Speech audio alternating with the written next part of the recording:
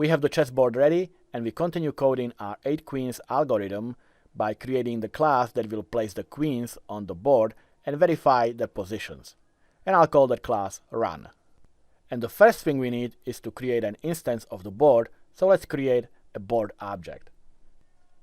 Alright, the next thing, we want to keep track of all the attempted runs. We run the program until the queens are in the correct positions, so we want to count the tries. And next, we want to keep track of how many queens are currently on the board. Remember, we are going to be placing the queens on the board one by one until all 8 queens are on the board. So this counter will serve as a flag. Once the counter equals 8, we know that all queens are in their positions, and we can stop placing the queens on the board and start evaluating if they are in correct positions. And finally, we need to keep track of what rows were used. Remember, every queen attacks other queens horizontally and vertically. Therefore, we can have only one queen per row and per column, as was explained in the first video. So we will be placing the queens in columns first. So our first queen will be in column 1, or with the column index 0, and we now have to place her on one of the 8 rows. Then we place the second queen on second column. We don't have to verify if the column is used because we know it isn't, as we are simply placing the queens on the columns sequentially from 0 index to 7. However, we need to make sure that we are not trying to place the queen on a row that any previous queen is already using. So we have to place the second queen on one of the remaining 7 rows, then the third queen on one of the remaining 6 rows, and so forth. Since the position on the row is generated randomly, we need to know what rows are used and which ones are still available. So I'm going to create an array with 8 elements, each representing one row. So if the first queen uses, for example, the second row, we will mark the second index in this array, indicating that the second row is being used. And when the next queen randomly generates position on the second row, we will know not to use it and generate another row instead. So if the row is not being used, the index will hold false. If it is used, it will hold true. And there's one more important variable that we need, and that is the random number generator. Alright, so that's all we need for now, and we can now initialize all these variables in the constructor. So just simple initialization of the random number generator, of the board class or object, and also of the array for the used rows. And we set the run counter and queens counter to 0 because we are just starting our first run. And we are now ready to start coding our methods. First, let's code a method that will validate if the queen is in an available row. Remember, we don't have to worry about the columns, but we have to validate that the row is not being shared by another queen. So the method takes the randomly generated row number as an argument.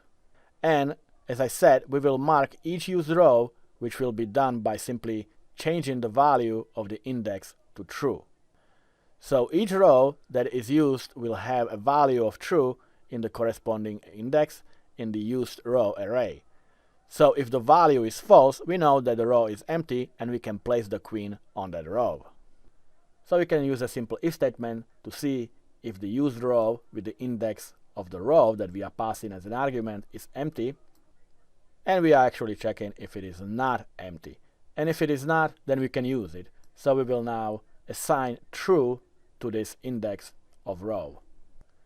And since the row was available, meaning it was a valid row to place the queen on, we can return true from this method. However, if the row is already used, then we can return false, meaning it's not a valid row for this queen.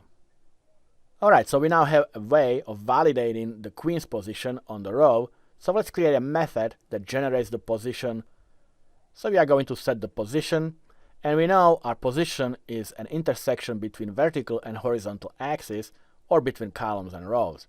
So we need a variable for each. Simple integer variables by default set to 0 for our columns and for the rows. Now we want to use the columns sequentially starting from index 0 to index 7 on our board. So we only need to be randomly placing the queens on the rows. And we need to keep placing them until all 8 queens are placed on the board. Remember, we have a variable called queens counter that counts how many queens are currently on the board. So we can use it and loop while the queens counter is less than 8. And when it equals 8, we exit the loop because all 8 queens are on the board. So again, we check in the counter, and if it's less than 8, meaning we still have some queens to position on the board, we will loop. So now we randomly generate the row, and on the 8x8 board, we simply generate a number between 0 and 7, which is the indexes of the rows. Now, of course, for the random number generator, I'm using 0 to 8 because 8 is exclusive, meaning we will actually only be generating from 0 to 7. Alright, so we have our randomly generated row number, and now we just have to verify that the row is available. And that's simple. We call isValidRow method, and if it returns true, we have a valid row position.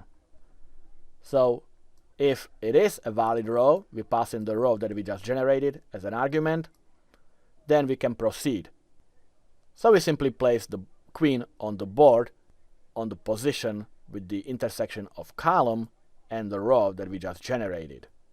And to place the queen on the board, we will simply replace the board symbol with the queen symbol in those indexes.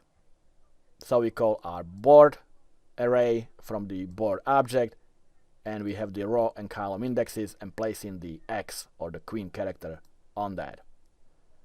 Alright, so the queen has been placed on the board, and now we are ready to place another one. And we want to place her in the next column. So we need to increase the column by 1 first. So this way, the column will increase by 1 for each of the queens.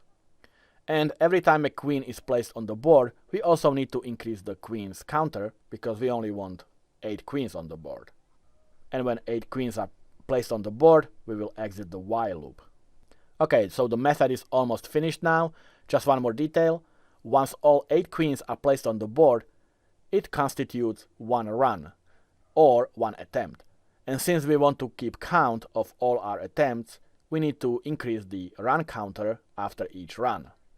So after we exit the while loop, meaning we finish the round, we increase the run counter.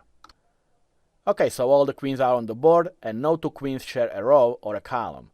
So now we have to verify if any of the queens is attacking any other queen diagonally. And we'll do that in the next video. Thanks for watching.